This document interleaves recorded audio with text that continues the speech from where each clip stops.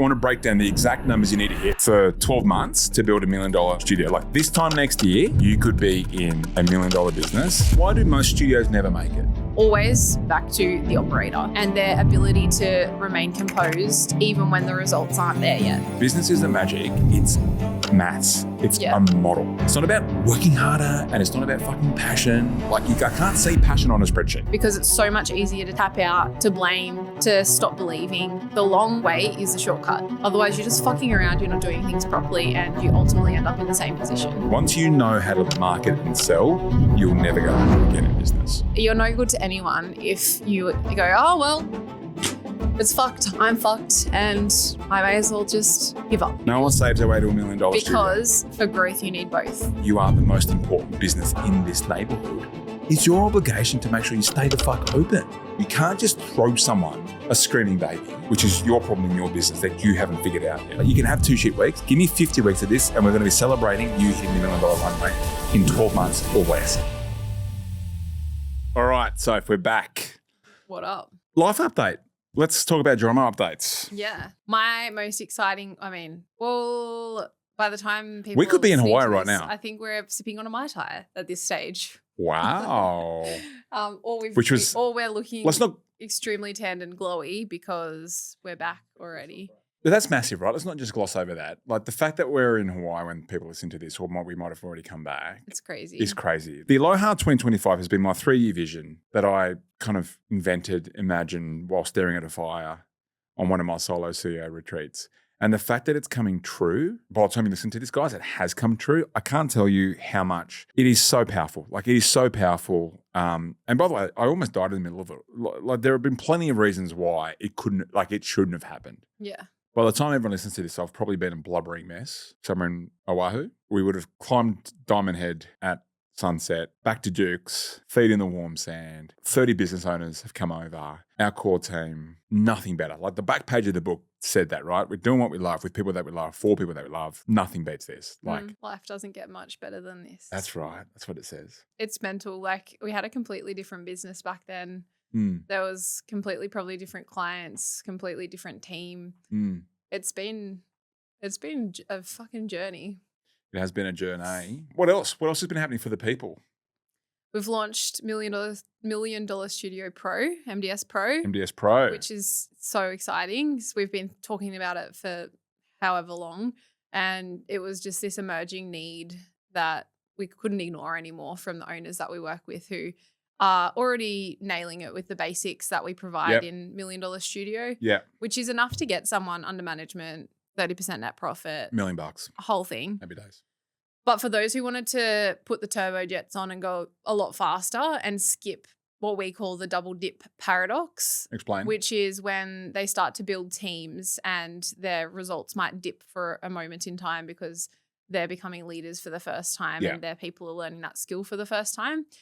Just to build a bridge to that, to make sure that we weren't just building up the owners, but we were also working with their teams. And it was probably like one of my highlights from, I know it feels like a month ago now, but like it's been a highlight for this month because we did our first call. Yep. And it blew me away how much even the people who were in that pro room, you had to qualify for it and be eligible. So many gaps within their team and their transfer of clarity from the owner to the managers, salespeople, content people. It's just awesome to me because if you're already doing well and there's that many gaps, imagine how the business is going to look and feel once we close them. The guys went over a whole bunch of advanced sales playbooks for hiring salespeople, seriously froth, big time. I kidnapped their managers and their core team and took them into another room and said, all right, what are your KPIs? And how do you know if you've won the week? What's your role? And when's the next one-on-one? And I love our people and they're changing this now, but it was like cricket. So it was like, the fuck do you mean? Or it was like a manager with 3 KPIs, sales, rollovers, and retention. You just can't do that. Yeah, but it's had an instant impact. So this is our room for like manager school. I think it's an industry first. Yeah. That exists within MDS Pro. Multis, like for the multi-studio owners, that I was a multi-owner and you do like you want a room to speak to that are multis, like because multis want to speak to multis. Yeah, well, you think about that double dip and building a team and KPIs and compensation and what the fuck multiplied. Oh, the complexity is multiplied. So yeah, definitely they're loving that. the content room. So everyone, a lot of our more advanced players have got content people. And so the question becomes, what do I post? Well, every single month we look at the top 30 performers across our entire academy, which basically gives people a content plan for the next 30 days. Yeah. But like pre-validated ideas, not just shit out of their ass that is going to flop. Also, I loved seeing everyone bought in with the playbook that they're using in their business. Oh, so yeah. we've got to bring your own playbook to the call. And yeah, now everyone's kind of shortcutted some of the heavy lifting there. I spoke to Nathan, shout out to Nath, this morning from Peak Shape, and he mentioned that he was working on some stuff for his new site, and he reached out to someone else that he met in the pro room, and then she provided him with like all the templates, the thing to ask the lawyer, like all this kind of fucking stuff, man. And it's like, that's what I'm talking about. That's what I'm talking about. The pro room, no one has to start from scratch ever again with the pro room. Yeah, it's epic. Yeah, I suppose aside from that, as a continuation of what you were just mentioning, even just in MDS, I'm loving seeing the network effect of people, like everyone celebrating their fuck ups of the week and getting around each other. We'll keep that. There was also someone who failed at mystery shop who then said, guys, on me, I fucked that up. Can someone please help me role play? And then they called each other and they were role playing. Like it makes me so happy. I just love, especially in an industry where it's lonely. Like no one else gets it out there, and you just run solo. That's the biggest thing that I wanted to create, because I didn't have it. What else is happening in life? My Bronco's getting done. This is that like dream car that I got off the back of doing an achievement roadmap, hitting a milestone, looking at a fucking Bronco, bought the Bronco, 20 G's, brought it home, wasn't allowed to restore it yet because I put that on the other side of hitting a certain milestone, which we hit. And now it's in the shop getting painted. Like, I know for some people it's like just a paint job, but for me, no, it means something. It fucking means something. It means something for all of us. We've been hearing about it for this long and we're like so pumped for you. Mr. Lucky. Yeah, everyone asks about New it. tat. New tat? I don't know. I'm just coming up with it now. Mr. Lucky. Oh, I thought you were updating us that you got a new tat. We might have by the time you listen to this. I think we're all getting matching tats in Hawaii. So did we get matching tats in Hawaii? Just because we're going into the future here now. I think we probably did. Yeah, okay, cool. I think we probably did. I've enjoyed meeting, we've been having these like free workshops every single month, mainly for our podcast listeners. I want to bring you guys closer to us and just get a chance to ask me direct questions while I'm having a coffee. And I've absolutely been loving meeting listeners. So please, please, please, guys, like we are real. I am real. Next time we do one of these things, turn up next year in 2026, we're going to do road shows. We're going to do John My Unfiltered road shows. We're going to get out there. Nate's going to get a van for us and we're going to paint it matte black. Surely a bus, not a van. Like, what did I say? Van. No, we'll get a bus. Van. Like an old school bus or something. That's more our style. Yeah. We'll do live podcasts out the back of it. We'll just go through the different cities, go to New Zealand. Yeah. Like Adelaide. I want to go to Adelaide. I want to go to Perth. Anyway, let's get the fuck on with it. Let's do it. So in this episode, I'm going to break down the $1 million maths, okay? The 7 numbers, or the 5 to 7 numbers that you need to know to hit $1 million business in 12 months. Zero fucking fluff, okay? Everyone wants $1 million. Everyone that turns up to our front door, burn out, fucking right on that line where they can either do something about it, or if they keep going down this path, the inevitable is going to happen, and they shut their doors or risk mental health. They all want $1 million business, but here's the truth. These are the stats that we found this morning. Only somewhere between 5 to 9% of businesses make it to the mill. And that's not to say that the ones that do make it are happy. They've got that freedom. They've got a dream team, right? It might just be an accounting entry. Well, yeah, that's what I was about to say. Like, if there is someone who turns up to our door and they're not, in financial stress or kind of like on that edge, they might have $1 million business, but they fucking hate it. It's not a real business. Yeah. Because they don't have systems that don't have it under management. So same. So in this app, I want to break down the exact numbers you need to hit for 12 months to build $1 million studio. Like this time next year, you could be in $1 million business, right? Run rate, which is the $84K a month without burning out.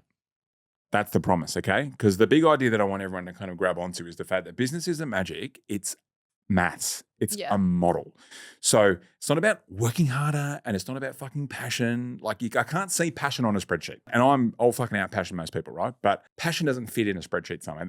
Passion isn't one of the numbers. that you need to understand your numbers. You need to look at your numbers because that clarity creates that certainty, okay? And that certainty, that's what drives freedom. Well, I would say if you're passionate enough, then you should want to know these numbers so that you can do something about it. All right, I'm going to start yelling shit out, okay? Let's go. So fucking pull over, get your pencil out or your notes or something. All right, I'm going to give you the numbers. Your calculator? That's what I need. Your calculator. Right. 21 leads, 7 sales. That's your sale a day. So 21 leads for 7 sales and 80% rollover, which creates your 5 points, right? That's your 5 memberships. That's gross. Minus, I'll give you a strict diet of 2 cancels per week. So that's 5 minus 2 equals your net 3. Net 3, baby. That's net 3. I'll do that one more time for the cheap seats out the back. 21 leads, 7 sales a week, 80% rollovers. So that trial to member conversions is 80% to create 5 new members, of which you've only lost 2 members this week, which will give you a net 3. Now, this is typically based off a 150 member studio because that's 9 times out of 10, people are in that 150 member trap. There's reasons why, but this is how to get from 150 members to $1 million year within 12 months. So that gives you a net 3. You hold that net 3 for a year, like 52 weeks. I'll even give you 2 shit weeks, right? So 50 weeks, you'll build $1 million studio. And we call that net 3 internally the green line.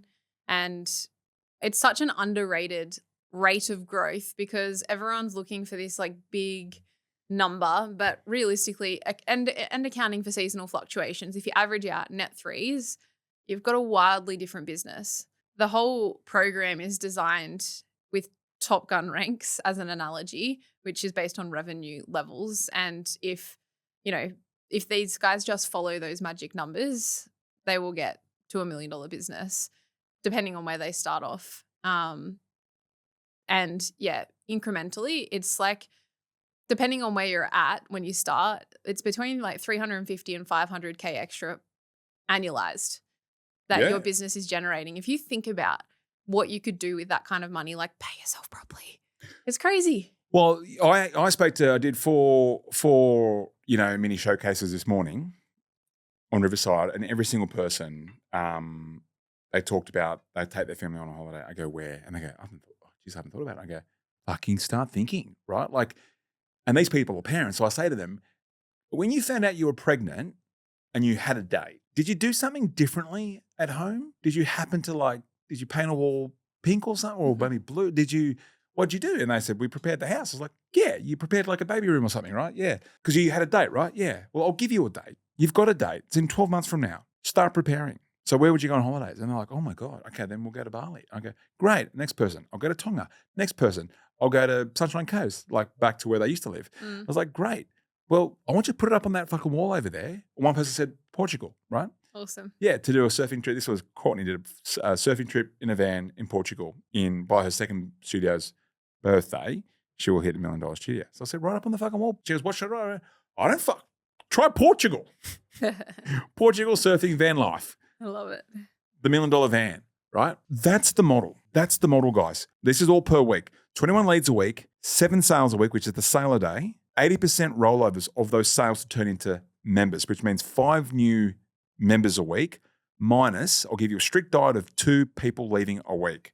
That gives you your net 3. You do that for 12 months straight, you've got $1 million business within 12 months. If you do that 12 months straight, you'll be on the $1 million run rate within 12 months. Why do people fuck that up? Before I get to that, the success is in the sequence. There is an order to this. You don't try and do all at once because you'll wear. About to ask. Oh. If these guys are sitting there going, that's awesome, but like multiple of those numbers I'm just off run rate with, where do I start? I feel overwhelmed. I'll tell you. How do you respond? I'll teach you how to fucking make money first, right? The first devil you're going to have is your money devil. That's level 1. You need to build a sale a day system. We've got to sort out those. We need to unblock your lead flow to get those leads cranking. We've got to get those leads to 21 so that you can have a 30 to 40% conversion rate on those 21 leads to give you your sale a day. That's the first thing we'll do. You have to learn how to market. You have to learn how to sell. And that is a life skill. Once you know how to market and sell, you'll never go hungry again in business. So that's the first thing. Then the next thing that's going to happen is you're going to have to figure out how to crank your typical trial to member conversion rate from that 20 to 30% to 80s. Mm-hmm. That is what you'll then focus on for the next 3, 4, 5 months to perfect that. And then eventually you're going to have to figure out or use the playbook how to make sure that you're only losing maximum 2 people a week. That is a strict diet, which is how our studios are only churning 2 to 3% a month. Then that will create the right environment for you to have the net 3. Now, there's a sequence to not just, because if you do that in reverse and you just try to look after your rollovers, you're not getting enough people through the front door. Yeah? If you try to focus on your sales, let's make sure we get that lead flow through. So that's the order that you do it. The success is in the sequence. We've done this 1,500 times. If you get it out of that sequence, if you do it out of that sequence, it's almost like putting your fucking socks on after you put your shoes on. I've just been reminded of 2 kind of rhymes that you always used to say. The first one being, if you're not growing, you're dying. Thank you. So therefore, you can't just focus on your retention and save your way to $1 million studio. No one saves their way to $1 million studio. Because for growth, you need both. You need the acquisition and you need the retention. For someone, if they were... Actually, I'm going to add to that as well. It's yes, the success is in the sequence. It's also in... for these guys installing it, and they've got to prove it themselves. Like when I think of any of our businesses who have hit $1 million run rate or are going to, it's because they have solved a problem in their business for themselves, installed the system, then offloaded it. It's the install to fix or unblock constraint, and then the delegation part of it. That's the real sequence, and it's in the order of constraint based on KPI. Well, let's put a little bit of Tabasco on that. Let's put a little bit of hot honey on that. It sounds pretty simple, right? Yes, it's simple, but it's not easy. So why do most studios never make it? I believe that the consistency of hitting those numbers, not just doing it once and then never again, and the willingness to continue to solve each problem comes always back to the operator and their ability to remain composed and stay committed to the sequence even when the results aren't there yet.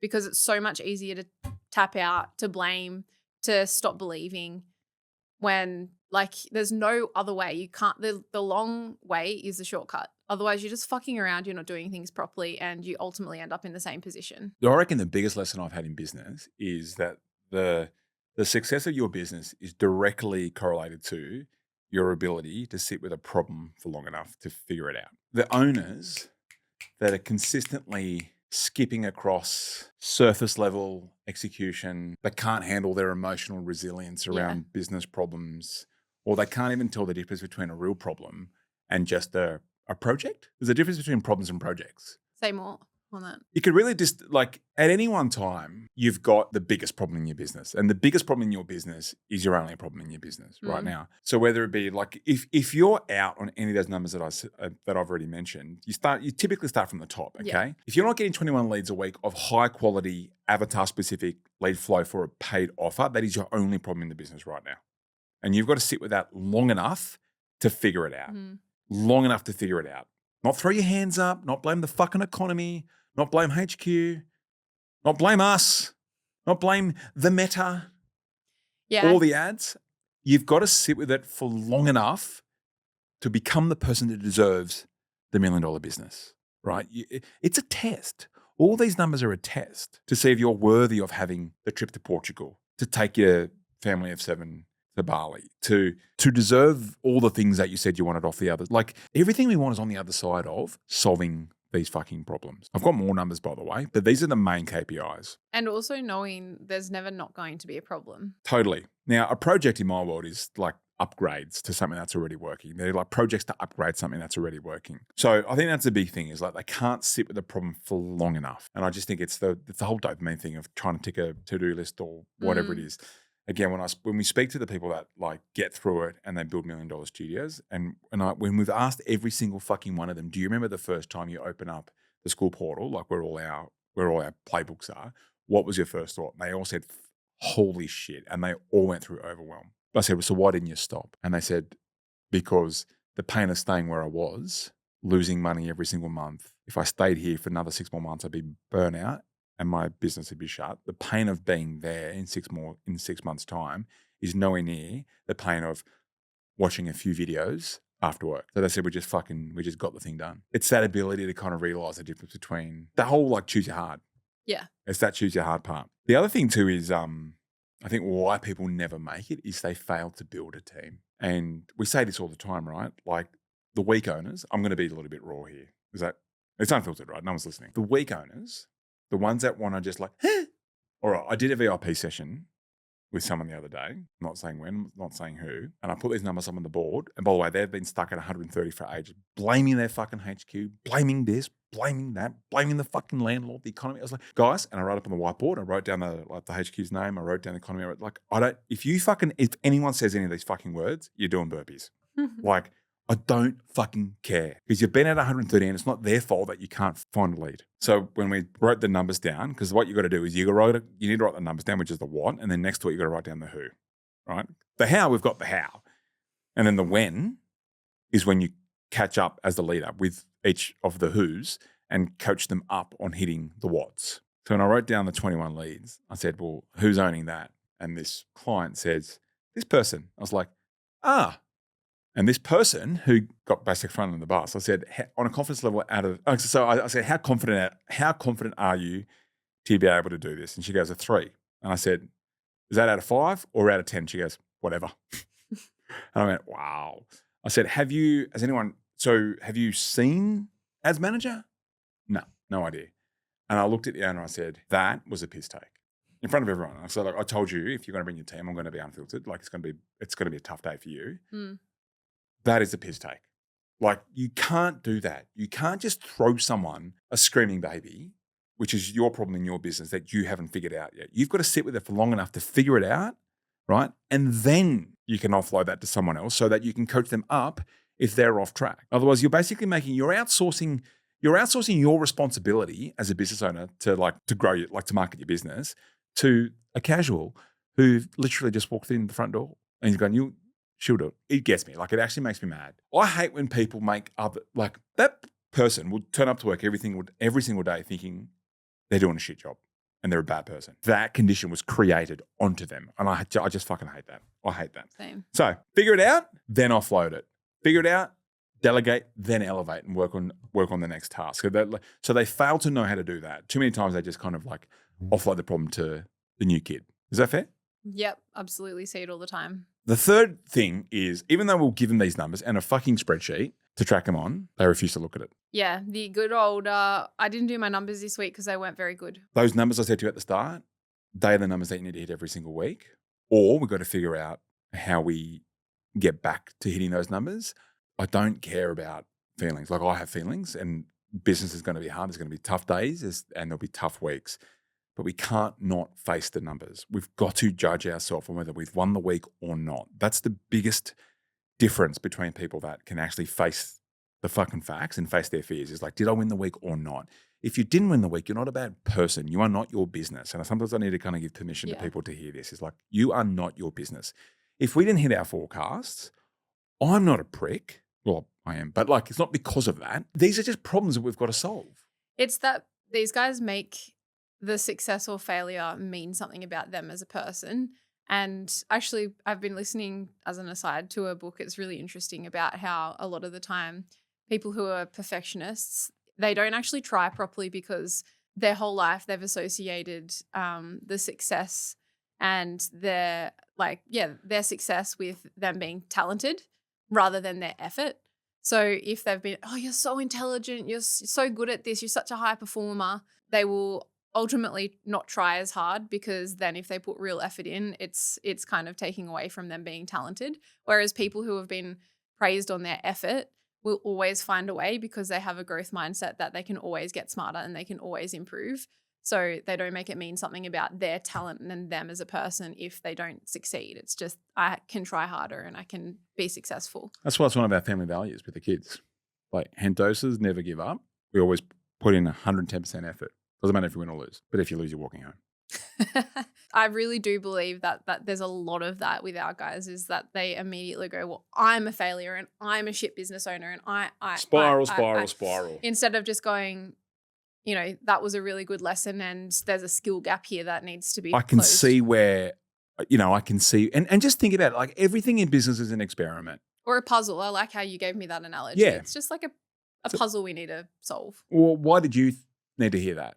Because, well, ultimately it's not about me. It's about what's in front of us here. And so you can keep thinking about you or you can make it about the problem. Do you relate to the studio owners? Absolutely. Like there's a reason why I'm reading that book and Right. relating to it. I was always told you're so intelligent, you're so talented. And it's interesting. The book's called Mindset. It's interesting to notice where I fall into fixed mindset still even, and where I'm growth minded, but how our beliefs about what we do and who we are really shape then how we show up and respond to problems. Mm. I think everyone should read it if you can relate to what we're saying here. There's nothing, it doesn't mean that there's something wrong with you. It's just like, oh, that's actually refreshing because now I can be in more control of how I feel about different problems and the work that I'm doing. Because you're no good to anyone if you go, oh, well, it's fucked. I'm fucked. And I may as well just give up. So in terms of the numbers, and as a bit of a metaphor for everything you just mentioned, you can't fix what you don't face. We talk, our theme for this year, what's our theme? Turning pro. So it was a hard launch with all our members that turned up at our separation season summit, which was on a scale of 1 to fuck yeah, it was about 1 million. And we talked about the 3 different people that, we talked about the 3 different people that wake up every single day, the amateur, the semi-pro, and the pro. They've all have the same fears. But the only difference between the pros and everyone else is that the pros have decided, that's the first thing, it's a decision, to stop running away from those fears. Yeah. And that decision has to happen every single day. You don't just stay pro. You've got to choose to go pro mode every single day. Those 3 people is actually the same person because we have those 3 people in us every single morning when we wake up. Do I stay in bed? Do I hit the snooze? Do I say I went to the gym but just post yesterday's photo? Or do I actually get my ass up out of bed and head to the gym because 100% so do? And it's in those moments where we keep those promises to ourselves, especially when no one's looking, is where we start to build that self-confidence. Yeah. And on the flip side, when you start doing things you really shouldn't be doing, it grades on your confidence because you aren't who you say you are. It reminds me of, I think I've said it before, a quote by Carl Jung. It's like, until you make the unconscious conscious, it will rule your life and you'll call it fate. Or coincidence or something. Yeah, you've got to face it, whether it's the numbers or where you're not being pro, where you're dabbling, where you're not going deep enough, where you're kind of skimming the surface on things, or maybe you just need to like lock in a little bit longer and have some patience instead of questioning everything the second you don't get results. This is the next thing. So there are other reasons why they, even though I give them the really clear numbers, they get stuck or they don't get there, is because they operate emotionally, not strategically. And we always talk about the fact that with 1,500 studios for over 10 years, with weekly numbers, we see a lot of data, And the biggest thing that we see the biggest thing when we ask the question of, well, what sets the ones that make it to $1 million studios apart from everyone else? It's not the plane, it's the pilot. But just because you bought the plane, it doesn't automatically make you a pilot. And broke people, that their emotions fly the plane. You spoke about Courtney before, and she's such a great example of someone who has had huge success. And it's because she's followed the sequence, right? Like she figured out her lead flow. She was a lucky one who had too many leads, and then she had to get really good at selling. She figured that out herself. Then she was rolling people over. She had to start hiring. Now she's installed what we call the dual converter formation. She's getting a VA as well. She's following the sequence. But 2 salespeople. Do you think she didn't feel like, holy fuck, when she was in the double dip? Like she was. I was there with her every single day. She had panic attacks. Yeah, she was struggling. She told me this morning. Like she was questioning it, but she still followed the plan anyway. And now she's in this position where she hit 200 members like 2.5 months before she forecasted doing so, less than a year into business.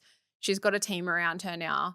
She's honestly she's incredible at what she has been doing. And it's because she does track her numbers. She's done that every single week and she checks in, and she didn't not feel like, we're not saying turn the emotions off now you're numb, because we're realistic. It's just not using that as your decision making compass. Yeah, if you think, I don't want anyone to think like, you go follow me for a week, you see if I've got emotions or not. Like I've got emotions, man. I'll cry before anyone, but also, and I'll, would it surprise you that I might get a little bit frustrated sometimes? Have I ever been frustrated? Yes, all the time. we talk internally, we talk about the signal, right? Like we talk about the strategy, the signal, the forecast. Like we're always solving problems in the business. We're not, 1 week of bad leads and we're not all of a sudden throwing out the rule books and just rewriting our entire strategy, which is like sometimes we see that, right? For the ones that it's terrible. Aren't seasoned enough. And the reason why it's terrible, even the ones who are seasoned sometimes, motherfuckers, you guys know who you are. The reason why it is so bad to do that, it's like it's almost negligent because you will feel the effects of that for weeks to come. You fuck around with your ads or you turn them off when you shouldn't and you just like leave it up to Jesus. It's like now your pipeline's empty and in another month's time, you're going to have no net growth because your pipeline doesn't exist. So the onflow of that will be felt for weeks to come in your business. You just can't be doing that. There's actually 2 more numbers, like because I said there were 7 numbers. I'll get to them in a second. But I think the other thing too, so that's probably the third thing, they operate emotionally, not strategically as a composed pilot. I think the fourth one is they burn out before they build out, which means they don't get ahead. They don't listen and follow the instruction before they go too far down that rabbit hole of the new thing that they've just figured out.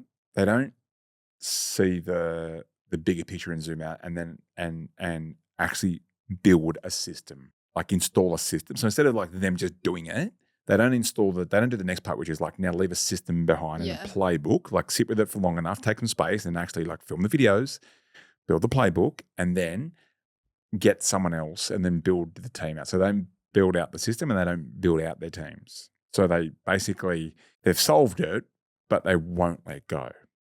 And it might surprise our listeners that we know you are control freaks, that you may struggle to delegate. Maybe you just haven't been taught how to delegate, or maybe you've had some negative experiences that have like just reinforced this thing of like, see, told you, fucking no one else can do this better than me. It's like, no, slow down. Let's delegate properly, right? Like show me the system. Show me the time in your calendar where you train your people every single week. I bet you can show me the time you train for High Rocks. Yeah, show me. Oh, this, perfect. Okay, this VIP session I did the other day, my favorite game is a 3-2-1 game, right? 3-2-1, right? So I said, all right, everyone, because he decided to bring his team. All right, everyone, this is what we're going to do, right? I'm going to ask a question and 3-2-1, you give me an answer. I'm going to go, all right, ready? Everyone ready? When's your team meeting? 3, 2, 1. And they're like, and then crickets. I was like, oh. So no team meeting. I was like, so you invited me up here to ask how you build $1 million studio and do like a rebrand, and you don't even have fucking team meetings. So gobsmacked. So these are the things they don't have in place. Now, we have in the academy obviously like a management OS that we help these guys install in their business with proper onboarding, like hiring funnels, team meeting agendas, one-on-ones, KPI leadership, how to build a high challenge, high support culture, performance-based pays, and the only 3 things that every single person needs to build to be in a high performing team: what's expected of me, how am I going against those expectations, and what the fuck does the future look like for me? So team handbooks, vision books, happy days. Like that is how you build $1 million. So that's what happens. And I think if there's probably one more thing, it's like for those that play the stock market, right? And me, I'm not the savviest investor from a shares point of view. I like property, but I still, for the kids later on, I put a little bit of money that heads into the stock market every single month and like just on ETFs and bits and pieces. I spoke to someone the other day, who's one of my best mates, and he knows a lot more of that shit than I do. So we have like coffee all the time about this. And I was like, what is the biggest mistake people make when it comes to the share market? And Jimmy said, he goes, they don't take a 30-year horizon on investing in shares. They just see their money sitting in the account, in the NAB trade or the ComSec account, and it hasn't really grown that much above the principal. So like above what they've been chipping in every single month. He goes, the real fortune is made in the last 5 years. Like that's when the compound really kicks in. It's not the first 10 years, it's the last 5 years. That's when it goes from like, poof, and then it's that hockey stick growth. Like they talk about compound interest being like one of the natural wonders of the world. Like that, it's the same thing here. They stop before the compound kicks in. So fucking true. They stop before it kicks in. So they make changes for 3 weeks and they fucking quit before they stack the results. You know what it's like? Like membership revenue needs to stack. Like if we think about the clock of the year, the reason why May and September are not, the reason why May and like kind of October, November are the biggest months is not because it's not because of Black Friday happened in November. Like it doesn't. Like it's not because something happened in May. It's because of the 3 or 4 months prior to that, the membership revenue stacks. It compounds. Yeah. But that didn't happen that day. It happened for the effort you put in last December. One of the things that we talk about is the Avatar 550. You don't ask one person. Oh my God, seriously. You don't Someone said the other day. What? They go, I asked 20 members the Avatar 550 questions and they're all this person. Should I change my ad? Yeah, you didn't even finish the assignment. Is 20 members 50 members? Yeah, you're literally 40% in. It's like running a 100-meter race and running 40 meters and going, it doesn't work. It's like, you stopped. Yeah, it's the biggest misconception I think I see, especially early on with studios, is marketing and generating leads is usually not, if you're solving it for the first time in your business properly, it is usually not a silver bullet. Sometimes it is, and the lucky bastards can launch and get hundreds of leads, and I'm happy for them. But for most people, it takes time. Like you're making an educated guess with the research you've done, but it's just your opinion until you get data. And it might take 1, 2, 3 sets of data for you to finally start to get to the source of truth. You've got to be okay with that. Otherwise, you will just stay stuck. It's like, cool, well, you can give up, but you've still got the same fucking problem. You can, or you can continue down this path that is working incrementally, but don't give up and pull out just before all of the money gets made. And we are giving them a massive hug, right? Of course. Can you? I'm hugging the microphone. It's weird. This is me hugging you guys, okay? We're being hard on you because we see your potential. I'm fucking staring down camera 1, I think. Like, we see your potential. Like, I see too many, almost burnt out business owners that we've turned around and thank fuck they did something about it. And it was all them that did the work. They needed the how and they needed a size 13 up their ass most of the time. But fuck the freedom they get to enjoy now. The amount of days they get to surprise their kids at pick up and take them to Yochi just on a fucking Thursday for no reason. Like the presence that they can have with their family now and the fact that they've got new problems now. So the guy said this morning, like, I've got new problems now that like they're still problems, but fuck, these are much better problems than how do I pay the electricity bill? Not at the business, at my home this month. Yeah, well. Right. So like I love these problems is what they said. Like, and the problems are like, we're at capacity now. How do we move to a different site? And like the new problem is like the landlord. And like we've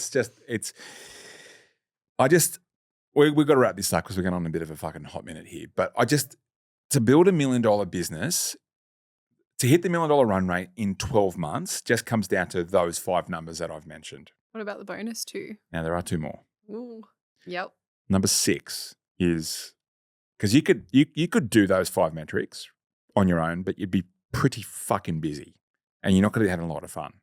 I did that. I did that. You're not going to have a lot of fun. Okay.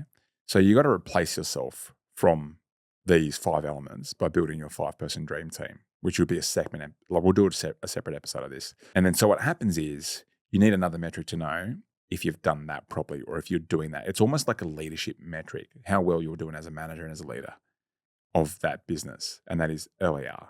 That is your labor efficiency ratio. And we want that between 2 to 3. And I know owners out there be going, what the fuck's he talking about? Yeah. Great book by Stephen Crabtree called Simple Numbers. It's how we run our business. We know that if we're 2 to 3 or above, like we're at 4 something now, is you're running a profitable business and you are getting productivity out of your labor, right? Which is ultimately productivity is the prequel to profit, right? So even if you're running a $5 million business right now or a multi operation, hear me on this. If you're not tracking LER, you are definitely missing out. Reach out to me on Instagram, hey.dozer. LER, right? That tracks whether you're doing that properly or not, whether you've built a team properly or not, whether you're leading effectively, whether you're having tough conversations, whether everyone's got KPIs or not. That tells me how I could, like, when I look at investing in other business and I'll look at businesses, we can basically, like across any industry, LER is that number where we can tell whether that business is running properly or not. Now, by the way, the catch is it is a formula, which I won't go through now, use GPT, but that's after loans are paid off and everyone's getting paid properly. Then I want to track LER. Okay? That's financial health of the business based on productivity of the labor. There's a seventh number of hours in the business. Forced, not optional. If you want to get down to the 9:30 because you love them, it's an option and you can. Happy fucking days. But if you're the fucking phone call that's still the cover if 2 trainers are sick, that's not freedom. You will hate your business if you have that obligation. Yeah.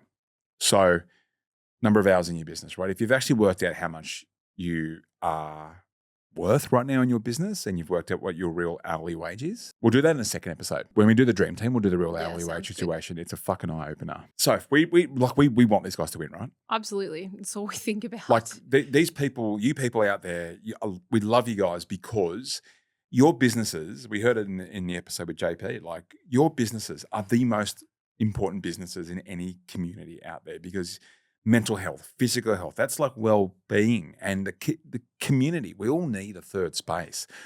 So let's stay open and not just like survival mode. Let's fucking thrive because the more successful your business is, the more like legacy and impact that you can have in your communities.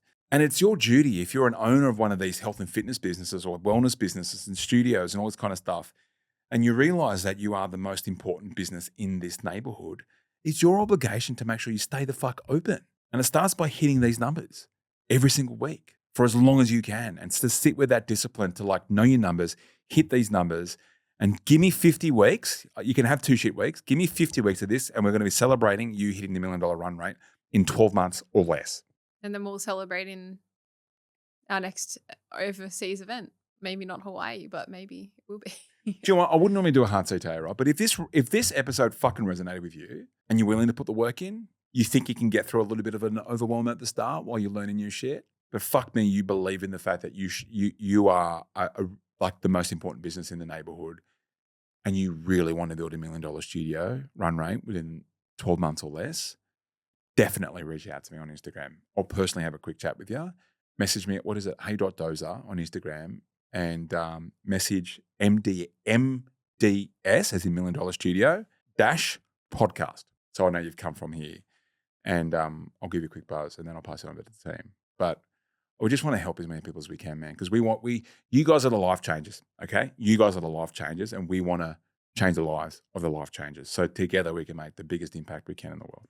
All right. See you next episode, fam. See ya. Love yous. Bye. Thanks for tuning into today's episode. If something resonated with you, then do one of 2 things. Either leave a review or send this episode to a mate who's in the industry who might need to hear this. But if you want more right now, because your head might be spinning and you're like, all right, what the hell do I do right now? Then in the show notes, you'll find a link to where you can book in for a free 15-minute checkup on your studio, where we get to have a look at how you're going right now and where some of the kind of quick win opportunities are to get you moving faster. I can't wait to be back in your ears next week. And if you're listening to this right now, I want you to know that I love you, I appreciate you, I'm grateful for you, and I'm in your corner. You are on the right track and I believe in you. So keep going and I'll see you next week.